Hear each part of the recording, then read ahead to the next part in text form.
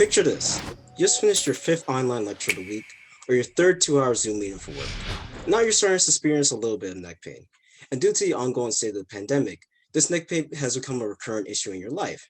See, what you may be experiencing is a very specific form of neck pain known as subclinical neck pain, or SCNP for short. See, SCNP is defined as recurrent episodes of mild to moderate neck pain that has not yet received treatment. And due to the majority of the population operating in the online world right now, this prevalence of SCNP is bound to rise. But why is this an issue, you may ask? Well, one common symptom seen in individuals with neck pain who also partake in prolonged screen time is dizziness.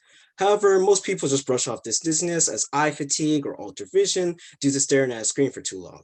But what if this dizziness was actually due to the combination of both the neck pain and this altered vision, or more specifically, alterations in our eye movement reflexes?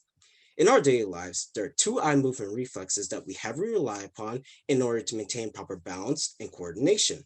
The first of those being the cervical ocular reflex, or COR for short. See, the COR maintains our vision by keeping our eyes fixated in our sockets as our body is rotating from left to right. For example, my eyes stay fixated at the center of the screen as my body rotates from left to right in my chair.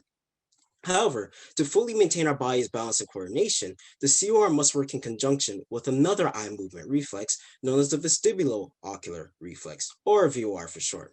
See, the VOR maintains our vision by moving our eyes in the opposite direction and at the same speed of a head rotation. For example, when you're saying no to somebody, such as by shaking your head, such as this.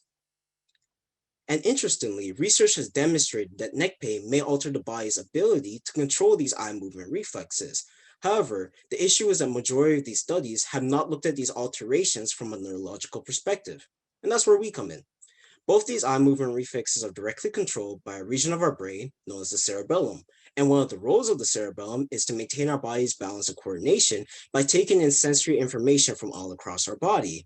And recently, research has demonstrated that SCNP may alter the cerebellum's ability to maintain our body's balance and coordination, therefore leading to the disruptions we see in these eye movement reflexes in individuals with SCNP.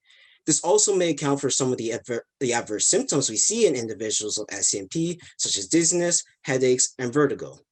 By using high-speed eye tracking technology, my study aims to investigate the relationship between alterations in these eye movement reflexes and the cerebellum in individuals with SCNP.